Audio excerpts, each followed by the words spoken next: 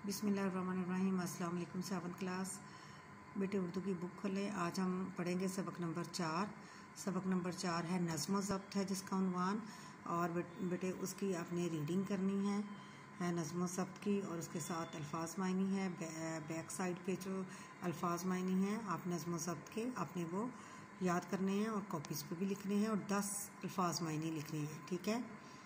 और उसके बाद आगे जो आज हमारा काम है सवाल जवाब है। नज़्म व ज़ब्त का क्या मफ़हूम है? जवाब है किसी काम को कायदे और कानून की पाबंदी के तहत सर अंजाम देना नज़्म व ज़ब्त कहलाता है। नज़्म ये जो होता है कि कायदे और कानून की पाबंदी के तहत अंजाम दिया जाता है वो क्या कहलाता है? नज़्म व ज़ब्त।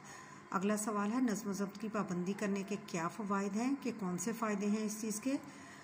नज़्म व ज़ब्त की पाबंदी कामयाबी की बुनियाद है। इस पर अमल पैरा ना होने से हमें कामयाबी हासिल नहीं होगी। जो लोग नज़्म व ज़ब्त की पाबंदी करते हैं कामयाबी इनके कदम चूमती है। चलें बेटे आज हमारा यही काम है। आपने इसकी रीडिंग करनी है और इसके अल्फाज मायनी आपने बैक साइड से लेने हैं, और वहाँ से आपने 10 अल्फाज मायनी लेने हैं, और इसके बाद आपने साथ ही 2 सवाल करने हैं, ठीक है। अल्लाह हाफिज़।